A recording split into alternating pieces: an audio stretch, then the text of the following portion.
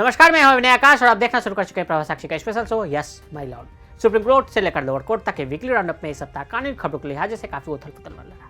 हरियाणा में प्राइवेट नौकरियों में राज्य के निवासियों को 75% आरक्षण को हाईकोर्ट ने रद्द कर दिया। कुत्ते ने काटा तो हर एक दांत के निशान पर मिलेगा 10,000 का मुआवजा। दिल्ली हाईकोर्ट ने एमसीडी को क्यों लगाई फटकार? क्या ज्ञानव्यापी के बाद शाही ईदगाह परिसर का भी होगा ऐसा ही सर्वे? इस सप्ताह यानी 13 नवंबर से 18 नवंबर 2023 तक क्या कुछ हुआ? कोर्ट के कुछ खास ऑर्डर, जजमेंट और टिप्पणियों का वीकली राउंडअप आपके सामने लेकर आए। कुल मिलाकर कहें तो आपको इस सप्ताह होने वाले भारत के विभिन्न न्यायालयों की मुख्य खबरों के बारे में बताएंगे। हरियाणा में प्राइवेट जॉब का 75% कोटा कोर्ट ने किया रद्द। पंजाब हरियाणा हाईकोर्ट ने हरियाणा के स्थानीय लोगों के लिए प्राइवेट में 75% आरक्षण देने के कानून को रद्द कर दिया। इस कानून को फरीदाबाद गुरुग्राम के उद्योगपतियों ने चुनौती दी थी। कोर्ट ने अपने फैसले में कहा कि राज्य सरकार का यह एक्ट असंवैधानिक है और इसे बताने के लिए हरियाणा सरकार के पास कोई संवैधानिक अधिकार नहीं है।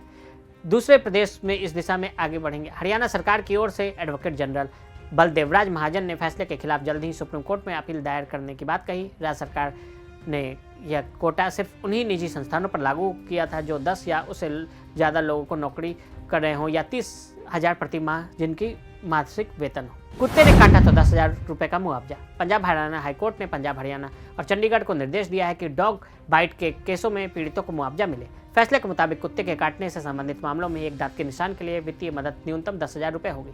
कुत्ता किसी का मांस नोच लेता है तो प्रति 0.2 सेंटीमीटर घाव के न्यूनतम मुआवजा 20,000 रुपये होगा। कोर्ट ने कहा कि शिकायत मिलने पर पुलिस DDR दर्ज कर दावे की जांच करेगी। कोर्ट ने अलग अलग 193 याचिकाओं का निपटारा कर दिया। हाईकोर्ट में पहली बार किसी मामले से जुड़ी इतनी याचिकाओं का एक साथ निपटारा किया गया है। इस मामले में पंजाब हरियाणा और चंडीगढ़ की ओर से कुत्ते के काटने के मामले पर स्टेटस रिपोर्ट दाखिल की जा चुकी है। कोर्ट ने पंजाब हरियाणा राज्यों के अलावा चंडीगढ़ को इस तरह के मुआवजे में तय करने के लिए समितियां बनाने के लिए कहा है।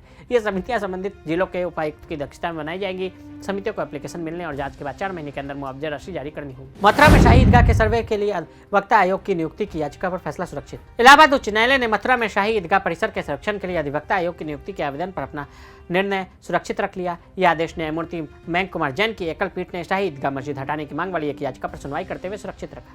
वादी का दावा है कि इस मस्जिद का निर्माण एक हिंदू मंदिर के ऊपर किया गया है। इलाहाबाद उच्च न्यायालय के आदेश पर कृष्ण जन्मभूमि और शाही ईदगाह से जुड़े सभी मुकदमे इस न्यायालय के स्थानांतरित कर दिए गए हैं। मुकदमा संख्या 1 भगवान श्री कृष्ण विराजमान बनाम यूपी सुन्नी सेंट्रल बोर्ड में वादियों की तरफ से विवादित संपत्ति का निरीक्षण करने के लिए एक अधिवक्ता आयोग नियुक्त करने की मांग के साथ आवेदन किया गया है। वादी पक्ष के अधिवक्ता विष्णु शंकर जैन ने दलील दी है कि कई ऐसे संकेत हैं जिससे साबित होता है कि वादी संपत्ति एक हिंदू मंदिर है, जैसे कलश शिखर आदि हिंदू वास्तुशैली के उदाहरण है। दिल्ली हाईकोर्ट ने एमसीडी को क्यों लगाई फटकार? दिल्ली हाईकोर्ट ने पुराने दिल्ली में जामा मस्जिद के निकट स्थित 2 सार्वजनिक उद्यानों का कब्जा नहीं लेने के लिए दिल्ली नगर निगम से सवाल किया।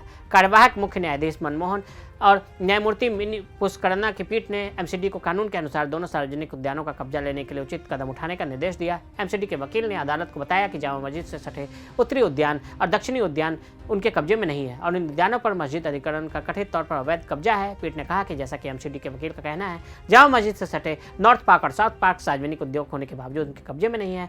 यह अदालत एमसीडी को कानून के अनुसार कार्रवाई करने का निर्देश देती है। जज साहब को क्यों आ गई मुन्ना भाई MBBS फिल्म की याद? बंबई उच्च न्यायालय की औरंगाबाद पीठ ने उस व्यक्ति को राहत देने से इनकार कर दिया जिसे नीट परीक्षा में बैठने की इसलिए अनुमति नहीं दी गई क्योंकि उसके पास आवश्यक दस्तावेज नहीं थे। अदालत ने कहा कि कई अभ्यर्थी मेडिकल परीक्षाओं में कदाचार का सहारा लेते हैं और यह मुन्ना भाई MBBS फिल्म की याद दिलाता है। न्यायमूर्ति RV घुगे और न्यायमूर्ति YG खोबरागड़े की पीठ ने 31 अक्टूबर के अपने फैसले में 39 वर्षीय चिकित्सक श्याम सुंदर पाटिल द्वारा दायर याचिका खारिज कर दी, जिसमें राष्ट्रीय परीक्षा बोर्ड को यह निर्देश देने का अनुरोध किया गया था कि वह उनके लिए सुपर स्पेशलिटी 2023 परीक्षा के लिए राष्ट्रीय पात्रता सह प्रवेश परीक्षा आयोजित करे।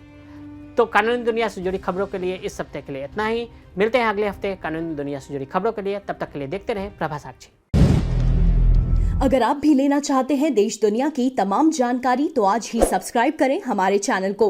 साथ ही नीचे दिए बेल आइकन को जरूर दबाएं ताकि हर अपडेट आप तक पहुंच सके।